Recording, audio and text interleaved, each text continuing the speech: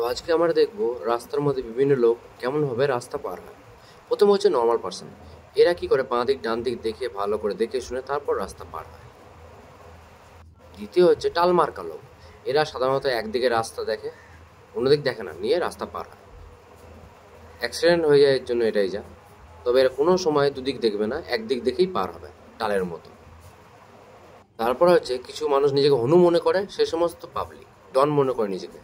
এরা কোনো দিকে না তাকে রাস্তা পার হয়।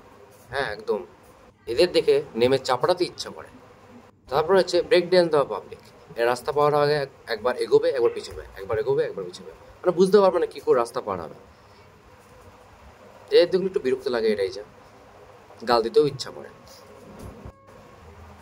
তারপরে আছে মাতাল পাবলিক। এরা রাস্তা ক্রস করার পর মাতালের মতো একবার এদিক একবার ওদিক একবার সেদিক এই করে করে রাস্তা পার করে। আর ঠিক আপনার গাড়ির সামনে এসে পড়বে, এটাই যা। তারপর আসে উড়ন্ত বাঁশ দেওয়া পাবলিক।